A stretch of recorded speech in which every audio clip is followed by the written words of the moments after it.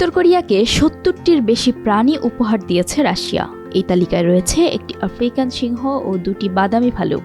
রয়টার্সের প্রতিবেদন বলছে, প্রাণীগুলো মস্কো চিড়িয়াখানা থেকে উত্তর কোরিয়ার রাজধানী পিয়ংইয়ংয়ের কেন্দ্রীয় চিড়িয়াখানায় পাঠানো হয়েছে।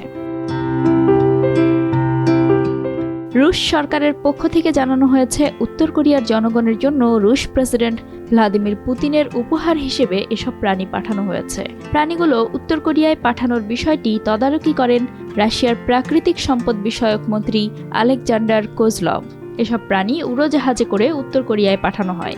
এ সময় উপস্থিত ছিলেন মস্কো চিড়িয়াখানার প্রাণী চিকিৎসকেরা।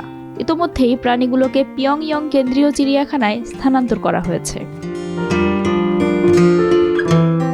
২১ নভেম্বর উত্তর কোরিয়ার রাষ্ট্রীয় সংবাদ মাধ্যম KCNA জানায়, উপহার হিসেবে পুতিনের পাঠানো বিরল প্রাণীগুলো গ্রহণ করেছে পিয়ংইয়ং। এর আগে গত এপ্রিলে রাশিয়া পিয়ংইয়ং কেন্দ্রীয় চিড়িয়াখানার জন্য বিভিন্ন প্রজাতির পাখি পাঠিয়েছিল, যার মধ্যে ছিল ঈগল, সারস ও তোতা।